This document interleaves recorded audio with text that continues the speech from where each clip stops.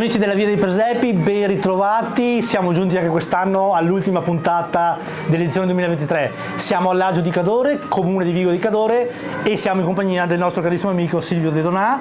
Ben ritrovato Silvio, buon anno anche a te. Grazie. Beh, che dire, raccontaci un attimino questo bellissimo presepe che abbiamo alle nostre spalle, la storia e tutta la passione che ci metti.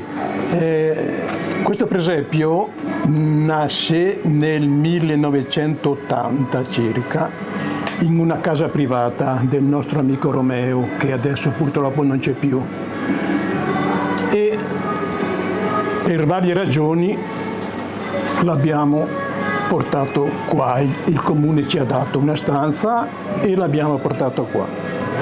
Prima era piccolino, dopo piano piano è migliorato, si è aggiunto, l'abbiamo ambientato a Laggio. C'è la piazza di Laggio con i lavori della campagna, lavori artigianali, lavori boschivi, e c'è anche la capanna. Silvio, vediamo che è un bel presepio perché ben 80 movimenti che rappresentano praticamente tutti i vari lavori della zona. Esattamente, non li ho contati precisamente, però sono più di 80.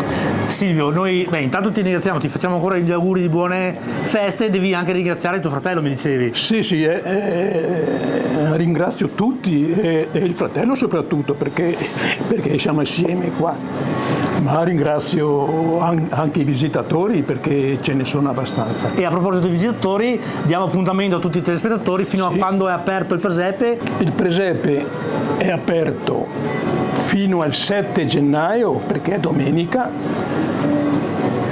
dalle 14:30 alle 19.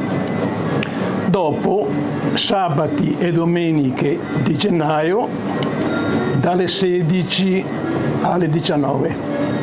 Invitiamo tutti i telespettatori a venire qui all'Agio di Cadore, comune di Vigo di Cadore, per venire a visitare questo bellissimo presepe in movimento.